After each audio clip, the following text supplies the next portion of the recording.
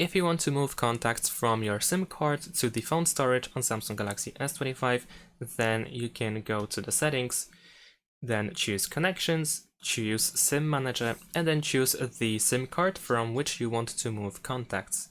So for example, I'm gonna choose SIM 1, then over here go to move contacts to phone, and then you will see the confirmation that contacts have been moved to your phone. Besides that, we can also go to the phone app, switch to contacts in the bottom right corner, tap on 3 dots on the right side, and then we can go to contact settings. Here we can choose import contacts, and you can choose to import from your SIM card.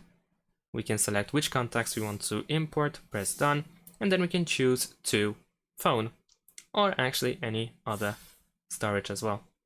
And that is it. Then we need to press import and it's done. Thanks for watching, leave a like and subscribe to my channel, and see you in my next videos. Bye!